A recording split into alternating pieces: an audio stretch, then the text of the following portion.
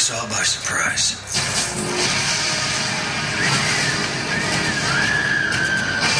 Initial blast ripped through a 6-block radius, vaporizing everyone in its path. Everyone except me. While outside, the city fell apart.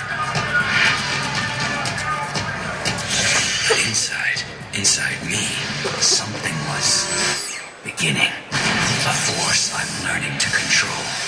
But the question still remains. Why did I survive?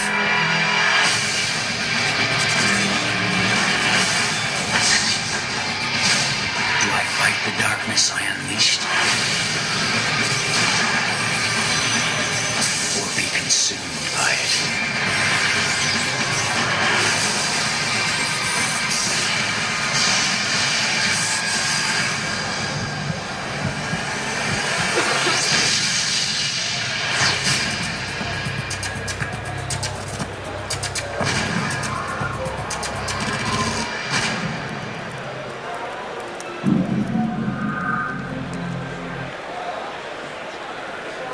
So, saw a quick look at inFAMOUS. I'm going to have Greg come up, and he's going to play a little bit of mission about a quarter of the way through the game while I kind of tell you a little bit about where we're coming from. The dream for this game was to take the things we loved about superheroes, which is kind of the DNA of superheroes, graphic novels, the kinds of narratives, the kinds of stories, characters, situations, powers that superhero, the whole genre gives you, but we wanted to try and grow that outward from a video game. Not started as a linear book or a linear movie, really think about it as an interactive piece of entertainment.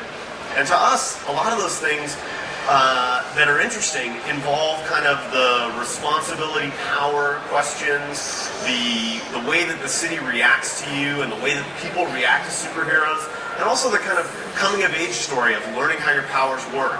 So, as I said, kind of the dream of this game is to give you the experience of becoming a superhero. You know, the characters in the game are very grounded people.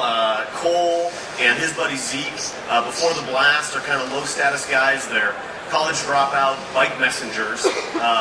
And his girlfriend is a med student. And on one fateful day, Cole delivers a package that causes a great explosion.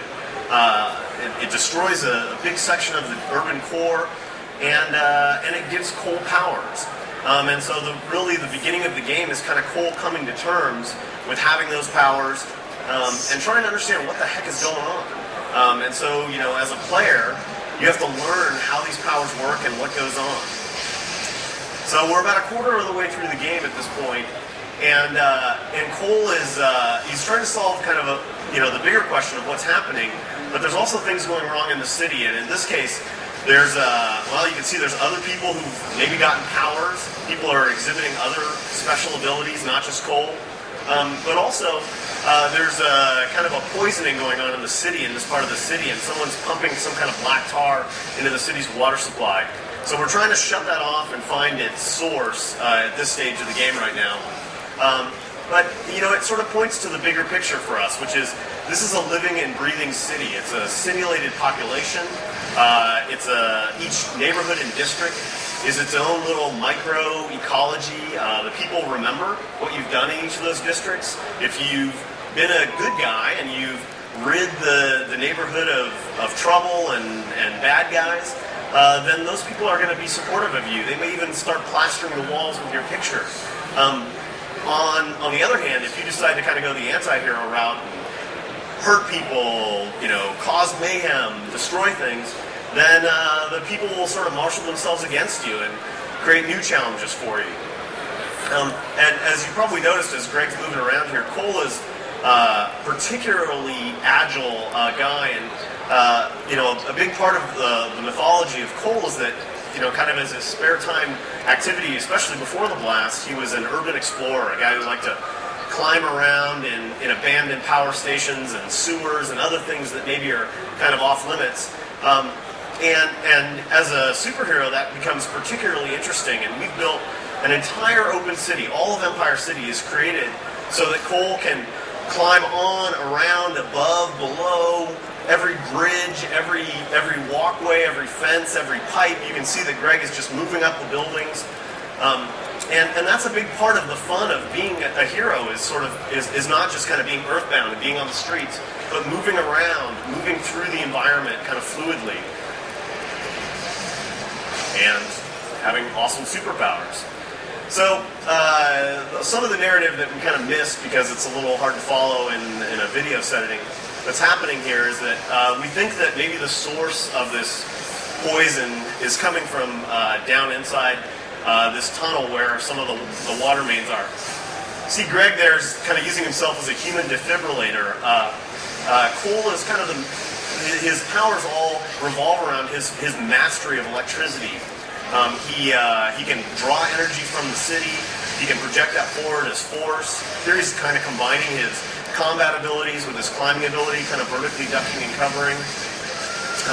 And this to us is what we dreamed of making, was a game where you could move through the city kind of organically, how and where and when you wanted, interact with enemies, and kind of make your own superhero story instead of playing one that was written for you. I should add that all the simulations of the population, the electrical power grid throughout the city is a complete simulation. You can see there as he moves through water, all of that is a big simulation. And a lot of this is, to us, what we set out to try and dream of the next generation game. And really, the PlayStation's been an ideal platform for us. The ridiculous computational power of the SPUs, put to use running simulations, rendering, doing visibility detection, AI, physics, collision. It's really been a wonderful platform for us to go ahead and try and make inFAMOUS sort of our dream game. So we come up at the end of this tunnel where we're finding they've got a large truck. This gang is called the Reapers, and they've got a large truck where they're pumping this kind of tar, and we don't really know the source of this tar. They're pumping this tar into the city's water supply here, so we're going to try and knock that out. Win a few friends up above the area here, and hopefully learn a little bit more about what's going on. Nicely done, Greg. Well, that was the part of the game we wanted to show. I'm going to leave you with one more demo, and I'm going to thank you for your attention. Thanks.